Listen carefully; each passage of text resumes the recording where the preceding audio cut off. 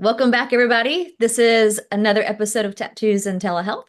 And today we are going to chit chat a little bit about something that has been kind of near and dear to my heart, especially just because it affected me personally. But before we get started, I just want to say, because our lawyers make us do this, that this is not medical advice by any means, and that this video and anything we discuss here does not constitute a patient-provider relationship. But this morning, I want to introduce a dear friend of mine who I met professionally and then became friends with, and that is Melissa. And she has her own telemedicine slash in-person kind of hybrid counseling therapy type. I'm going to let her get into that a little bit more. But we are going to chat about the very awful, very real situation of provider burnout, especially when it comes to nurses, healthcare providers, and why that looks so aggressive, I guess would be the best way to say right now. Whereas, that was something, Nicole, I think that in our generation that we saw nurses, in their 40s, 50s getting ready for retirement. But I mean, now, and I think Melissa would agree, she was even seeing brand new nurses and healthcare providers burning out very quickly. So Melissa, what do you feel like is something that you're seeing as like a common theme with healthcare providers? Um, well, it's interesting because prior to private practice, I was working in ERs in psychiatry, or in our psych ER, and then the regular ER because we would kind of consult on those cases. And I think that's where, it was during COVID, like right on the cusp of COVID into whatever we're in right now. And I think that so what was happening in that provider situation was a lot of so there were a lot of nurses that were travel nurses and stuff happening in the ER. So a lot of the older nurses who had been there for a long time and had that tenure were leaving because they were working with a lot of people who were just coming in and out, and the homeless population just kind of blew up at that time, and the resources aren't there. And so when you kind of put all of that stuff together, what I was seeing was a lot of, we need more resources, we need more tools, and we don't have them. And so and that was just in that role, right? And then I move into private practice, so now I'm seeing providers in therapy. So I have all kinds of different clients from every walk of life, but I do see a lot of providers, a lot of other therapists, a lot of nurses, doctors, professors. And what's interesting is I think we're just all trying to keep the balloons in the air, and no one really knows how to. Tell us a bit about your practice. Like, what is your practice? What do you do? So at this point right now, so I have, like you said, a hybrid, but I'm about to move into fully virtual at the end of the year. It just makes more sense at this point, and a lot of people are wanting it. I do have a lot of clients who really appreciate that in person, but there's just so many people who are wanting virtual as well. So it's tough. It's a tough decision, but so my practice is I offer trauma therapy. So I do a lot of the trauma modalities with people. That's kind of my niche and has been for a really long time. And I've always worked with a very acute population. That's just always what I've done as well. And so I really love that. I love working with people who are really kind of rough around the edges. I work with psychedelics. I'm probably going to move out of that a little bit as shifting more into just really focusing on some of these things like EMDR, accelerated resolution therapy, those types of things. So we'll see where that road goes. But done a lot with that. And yeah, I think at this point, most of the people I'm seeing are just, it's a lot of the same story over and over and over, right? We have our trauma from, or adversity or things that we've experienced in our life, but now it's like, last week, right, was hard for everybody. It doesn't matter where you stand on the political spectrum, everyone's rooted in fear of some sort, right? So it's just, we're all feeling the heaviness of the fears of, these things based on our values. What we're seeing, all of the information coming at us. Do I have the tools to manage that? I don't know, right? I have people working in universities who feel like, that politics can shift that, or who's in office can shift their job and like what that's going to look like long term. Or, it's like everybody feels like so much is riding on everything that's going on. So it's just fear, I think. I think if you just break it all down, everyone's in fear. So, I think a lot of reactions just in general with the human population is driven by fear. Even if it comes out as anger or comes out as anxiety or depression, I think a lot of it just boils down to fear because there's so much of the unknown. Like you said, not just this week, but just in general, especially with COVID, with it's just the way things are going. I know it was hard for Kelly and I as well to go virtual. But the need is so much there. So do you provide care to patients in Texas? Yeah, I may. So we are planning to move out of state in a few years, and we're looking at Arkansas, and I'll probably get licensed in Arkansas. However, I think we're about to have a pact, similar. I don't know. Do you guys have like a pact thing where you can operate in other states? So not as nurse practitioners, we have to apply individually as nurse Oh, okay. practitioners. Our RN license is compact to several other states.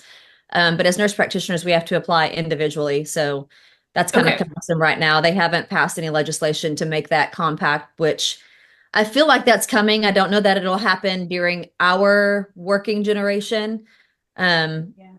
I think that states need that money still. And so I think that that's something that legislation may not catch up with while we're still practicing, but I think it probably will.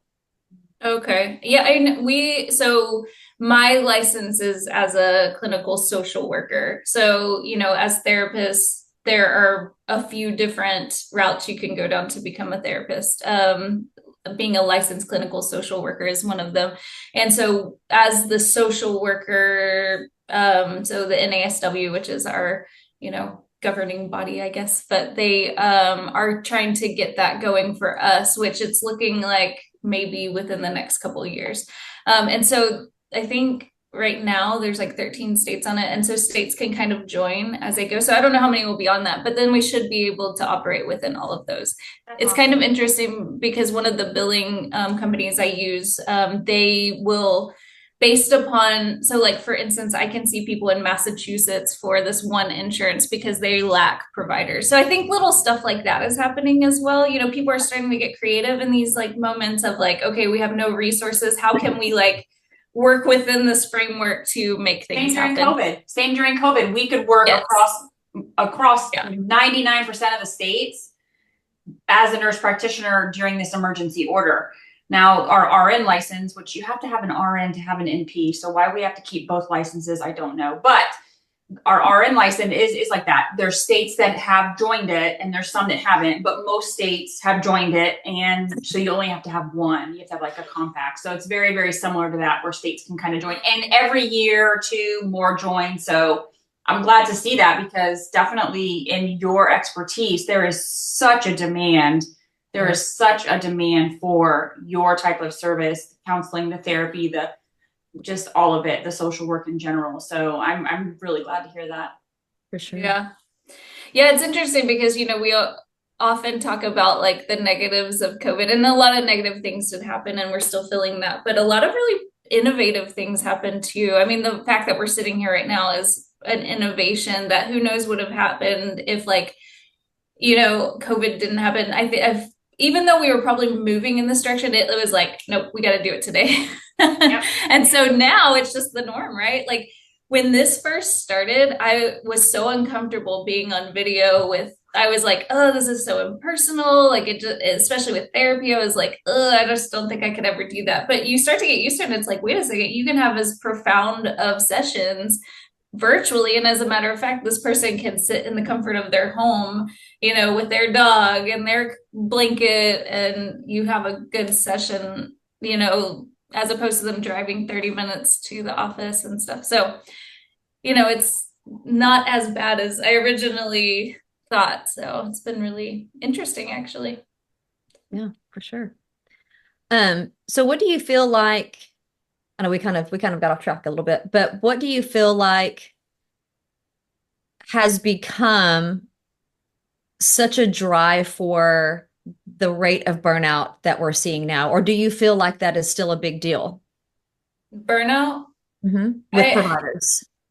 It's funny because I always have to try and zoom out because if you ask me, everybody's burned out, right? But that's everybody I see because I spend all of my days with people who come to me and put all of their stuff that doesn't feel great down on the table, right? So if you ask me, everybody's depressed and everybody's burned out and everybody has trauma, but that's my whole world. So it's hard. I have to like really zoom out and I'm like, okay, not everybody feels this way, right? But you know, when you kind of live in that bubble, you just that's you think that that's what's going on everywhere. But I do see it a lot. I feel like, and I kept saying this, so we just recently went to the Midwest and everyone was so kind. We were in Ohio. It was, I don't know, it was so weird. Everywhere we went, even just the gas station, everyone was just so genuinely kind. And maybe it was a fluke, I don't know. But I was thinking, so I live in the DFW area and I was like, you know, it just seems so aggressive here now. You know, it didn't used to be like this. And I feel like that's part of it is like, because the heaviness of what's going on everywhere, you know, DFW is growing really big. You know, just it's almost impossible to live. So you add like the cost of living goes up, you can't afford groceries, you have to work multiple jobs. I have multiple clients who have to live with multiple roommates in order just to live as in their 30s, you know, like people aren't, they don't feel like they have the stability anymore. And I think added on top of that, there's a lot more aggressive behavior, even if you're not seeing it out and about because you're online all the time. Everyone's aggressive online. So you start to be in that bubble of like, everyone's aggressive. I hate my job. I have to work 3 of them. I have to live with these people that I wish I kind of had my own space. I can't. I have no one that I can really talk to because now my family's polarized because we have different political views. You know, it's like there's nowhere to turn that feels safe or good anymore, I think. And a lot, even so, there's still a lot of people who aren't getting out into nature anymore and things like that.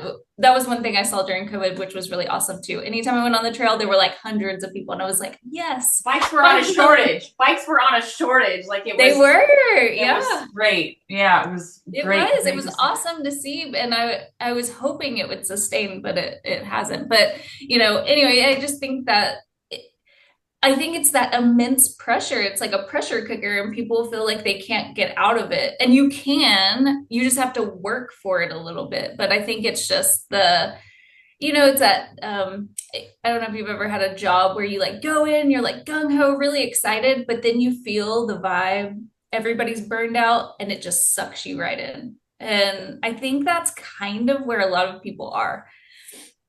So do you think that that has contributed to the younger population of providers coming out of school rapidly burning out, like faster than what we would expect because they're responding to the environment that they're in? Yes. So it's weird because I'm on a lot of therapist pages, like Facebook pages, because I like to see what other people are talking about. You're kind of on an island as a therapist because even if you work in a group practice, and you probably experience this as well. I mean, you probably work closer with providers when you're in person, but we don't work with somebody else. You know, we're in sessions all day and you may have 2 minutes where you're going to the bathroom. So there's not a lot of time where you're talking and getting to you know, just do that chit chat, right? So I like get on these pages, and it is actually incredible the amount of burnout that therapists talk about. And I think sometimes it's working for like agencies like community mental health, where you have way too many patients at a time and you're making no money. And that it's just hard because so in a therapy session, you're in it for an hour, right? You are 100% of your soul is online, right?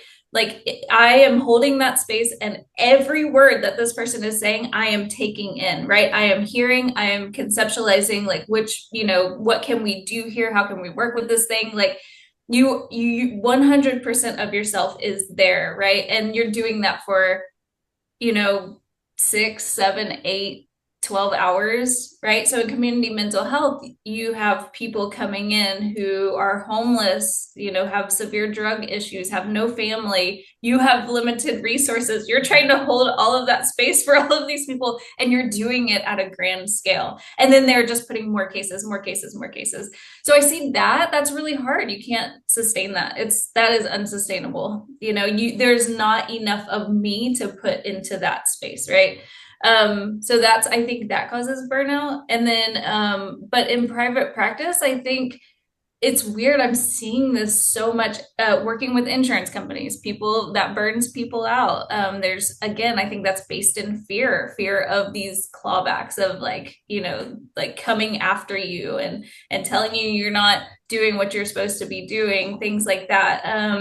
I think just the heaviness that's brought to the table is hard to maintain long term. I think the tension of everything, the angst of everything, just you're constantly on the edge of everything all the time. Like you were talking about going into work in a good mood, but you also read the room, right? And the tension you can cut, just everybody's angst. And it may be individually, everybody has their own story, right? And everybody has their own things that they're dealing with. So even if you're into a situation where everybody is just in their own head trying to deal with their own, like you said, you go to some places and they're really nice.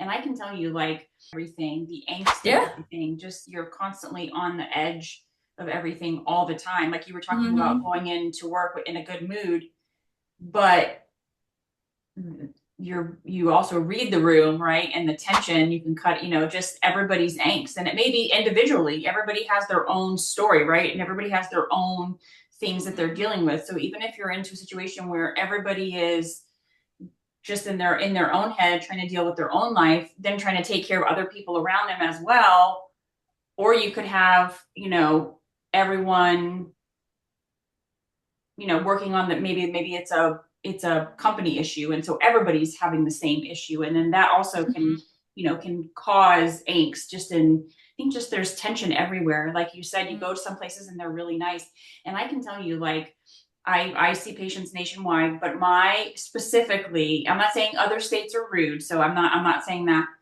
My Arkansas, North Carolina, South Carolina, and Tennessee patients are awesome. Like, they are always pleasant, always. That doesn't mean everybody else is rude. I'm not saying that, but if I get somebody and they're like super nice and sweet and just genuine and now I see people at their worst. So does Kelly. So do you. Like, we all see people at their worst. But when people can still not feel well and present to you in just this best pleasant that they can at that moment, like, it's a breath of fresh air. And I always look and I say, oh, I bet you're from Arkansas. Like, I always look to see what state they're from, because a lot of times it's Arkansas, North Carolina, South Carolina, Tennessee. It's fascinating that there's like a morale, just like in a job, right? In a state. It's pretty fascinating how that works. I think that what is really interesting is we also have our stuff, right? And we have to put that on the back burner too. And I think that's the other thing people struggle with. We've been doing this for so long. I've been in this field for so long. It's very easy for me to like compartmentalize that stuff and like, okay, like my stuff is my stuff, whatever, not a big deal. But I do think that that's hard for people, especially right now, because like you're talking about all that tension. And for some people, that is not so easy to do. And honestly, I'm not saying it's a good thing that we can do that. Honestly, I see a lot of providers, nurses, different providers who that's why they're coming to therapy, is because they've been putting their own stuff on the back burner for too long, right? And pushing that down and all the trauma they've been through, like nurses, especially in like ICU type situations. I mean, that's a very traumatic job. So I'm not saying it's necessarily a good thing, but you think about that dynamic difference, like as a therapist, as working full time, it is a one-sided relationship. I am showing up, I am providing that space for all of these people to unload. Now, what if I didn't have a place where I could like be authentically myself and be able to say that, because that's not what's happening with my clients, right? That's a one-sided relationship. So they get to unload and unpack, and I'm holding all of that. If I don't do anything with that, well, then I'm gonna burn out, right? And I don't think that people are doing the self-care that they need to do, you know? I know We're that all providers guilty of aren't. it. Providers aren't. I'm not. No, I mean, we're just not. We're just not. They're so, and I think it just comes with like being healthcare providers in general. Just like, you know, the three of us, like we didn't come into this field because we want to, you know, we're selfish and want to care about, you know, ourselves. We want to put other people first. And so that kind of comes with our territory, but it comes at such a, I don't know, like the more you do it, the more you're aware of it. But, you know, obviously the more burnt out you get. But I think that it is just at such a high scale that right now, healthcare in the nation, there's such a shortage, specifically in mental health. But even in just primary care, in just care in general, there's a shortage. And so, you know, I can see X amount of patients, but there's so many more that need help. And at the same time, I feel defeated because I can't, maybe I can only see, I'm just making a random number, but maybe I can only see, you know, 15 patients a day. And I want to see 20, but I can't because that affects my quality of care. But then, so I feel like, yes, I've helped 15 people, but I still carry with me the others that I couldn't help. You know, like Kelly and I both come from ICU trauma world. We save a lot of lives, and that's something we should celebrate. We have saved hundreds, I'm sure. But at the same time, there's those ones that we lose that really take a toll on us. So even though we've saved, you know, 100 people, you know, that child or that young person or that, I mean, even the elderly as well, it's a little bit rougher for me to see trauma with children and young adults who didn't have that life to live. But you can save as many, you can save 1 million, but if you have a couple that you struggle with, you're still going to struggle. So it's, I think that And you carry that. Mm-hmm. We carry that with us forever, you know? And I don't think that people really realize, because, you know, and I'm sure, you know, me and Kelly have talked about this in the past, but I don't know how much, you know, but that energy, right? Like the energy that comes from every single person we come into contact with. It's not just like, oh, this is the situation that's happening. There's so much more that's happening that we carry with us. And we don't realize that when somebody puts their trauma on us, we pull that in, right? We carry that. And we have to do different things to release that from ourselves, right? And I don't think people fully realize, you know, and so instead they're like, okay, I'm going to get off work, I'm going to go party, and then I'm going to get 3 hours of sleep and, you know, rinse and repeat. And you're never fully releasing all of everything that you took on that day and doing what's right. Because when we have a traumatic event happen, so exactly what you were just talking about, you are trained to deal with those types of situations, but you're still a human being. So when you see something like that happen, that is now stored inside of you as an experience that was really difficult. You will carry that with you, you know, and that's one of many, many, many of those, right? So, you know, we just can't, just because it's another Tuesday, we joke about this because I'm a clinical supervisor. And so I have supervisees under me, and we joke about, you know, the provider joking, you know, when we work in hard situations, we always kind of have a dark sense of humor. But the joke is that, I mean, they all work in very, like, one of them works in like the worst, like parts of CPS. Another one works in like the psychiatric ICU at another place. And so I'll always say, anything interesting happened this week? And everybody's like, no, no, no. And I'm like, that's hilarious, right? Because of course, everything that we do is interesting, but to us, it's just another Tuesday. So I'm sure you saw crazy wacky stuff all week, but it's just like, we're so used to it, right? But that doesn't mean that we don't carry it just because we're like, oh, of course that thing just happened. We're just good at putting it in the backpack and carrying it along. Yeah, exactly. But then it causes its own issues when you don't deal with that stuff. So yeah. And I And we think are in a collective trauma, I think, like a collective, we've had generations and generations of a lot of things happening and nobody really knows what to do with it. So I think that's I where think we're kind it's of at as a society. I like to tell patients that, they talking about that, nothing happened this week. It was, just another Tuesday. We as providers make that our normal, just like we say that, like you were saying earlier, oh, I'm gonna go party, have a few drinks, 3 hours of sleep, rinse and repeat. That's their normal. Well, that doesn't mean that it's okay. Like this may be your normal and this may be what you do, but that doesn't mean that that's okay. It doesn't mean that it's sustainable. It doesn't mean that it's something that's going to get you through long term. And it may last 2, 3, 4 years before you're burnt out, as opposed to a 20, 30, 40-year career before you're ready to retire. And I think that's what is so concerning to me is that we have this, I can't even say generation because it's affecting multiple generations, but we have this group of peoples that are in a bubble that cannot sustain, and they have not been able to get out of their bubble to look towards retirement. Like they're just flipping over, flipping over, flipping over, going from one to the next because what they're doing is not sustainable. So they're doing this for 2 or 3 years, flipping over, doing this for 2 or 3 years, flipping over, doing this, and they can't seem to find any normalcy. And so we have this country of illness and fatigue and chronic symptoms and chronic diseases because Mhm. of this snowball effect that began, who knows how long ago, but was certainly exacerbated by COVID. I think COVID just turned the light on.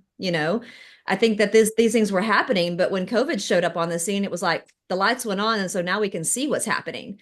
Mhm. And it just became exacerbated by that. And so I think that that's the biggest issue that I see, especially amongst some of my patients, is that they just can't create a sustainable lifestyle. And, I try to let them know that they need to be able to do things like, Melissa was saying earlier, where they have to be able to release and they have to be able to find ways to do this. And as soon as, and I don't know if Nicole has noticed this or not, but as soon as you mention, talking to a therapist or going to therapy or going to counseling, or as soon as you mention those words, it's like, oh, I don't need to talk to anybody. I'm like, Yeah. I go to the gym, I'm good. I'm like, no, that's not, you know what I mean? Like the gym doesn't teach you ways to, you know, do EMDR. The gym doesn't teach you ways to do, you know what I mean? Like that, like those, it's very difficult. So what would you suggest as a mental health provider to providers like us? How would you suggest we approach those issues with our patients to get them to understand and be willing to reach out to someone like yourself? Um, Man, Like, how do we approach that isn't subject? that the isn't that the question? Well, and I just want to say, I do not think that therapy is the end all be all of anything. I think people can very much heal in spaces that aren't therapy, right? However, I think where we're at and the reason why people are seeking out so much therapy now is because people do not have a a truly judgment-free space Yeah. that's unbiased where they can unload. It does not matter who you have in your life and you think, oh, I could just tell them anything. We have a filter. We filter with everyone based upon who is in front of us, and the things we're like, oh, we may not even realize we're doing it. I think the best thing is like if you have a good therapist. I mean, just like in any profession, not everybody is, the best. And I hear those stories too, but there are a lot of good therapists out there, and it should be a completely unbiased space for you to be able to unload. And that's number one, right? And that's not really therapy, because therapy are these modalities of helping you work through things, but that's the base, right? And that is a beautiful thing to have. Everyone really needs that to really be able to explore your authenticity, your own values, as opposed to what's being put on you. It's not, I don't know. I think people have a different ideas on what therapy is, but it really can just be a space of exploration, of getting to know who you actually are, and what this means for you. What does all of this mean for you? How are you going to navigate it? How do you release these things? So I think sometimes people think it's a lot of stuff that it really isn't. And so how do you convince people to do it? I don't know the answer to that, because the truth is it's a value system just like anything else. I mean, some people are just like, we don't do that. That's in my culture, that's not what we do. My parents are, have never been a fan of mental health care. Oh, that's all BS, right? You're gonna have those people, and then you're gonna have the people who are like, I go to therapy religiously every week. It's like it's a spectrum. But I do think I just try and make it very, if I'm talking to people about therapy, is like taking it off of that, like, oh, it's this very formal place where you're like, have to talk about everything bad in the world. The cool thing about trauma therapy, EMDR, ART, even parts work and stuff like that, you don't even really have to get into the deep, dark story of what happened to heal from it. And I think that's the other thing. I don't want to talk about that stuff. Well, you can heal from it without even having to speak the story, right? So, I think it's just helping people see it's not probably what you think it is. Yeah, that's awesome. So I really like that explanation of it's not really what you think it is, and it really can be anything that you want. So are you accepting new patients? How can they find you if some of our viewers want to catch you? How, where, that kind of thing? So as I said, I'm moving to fully virtual at the end of this year. So, I do have, I currently have a wait list, but things change constantly. People are moving in and out pretty regularly.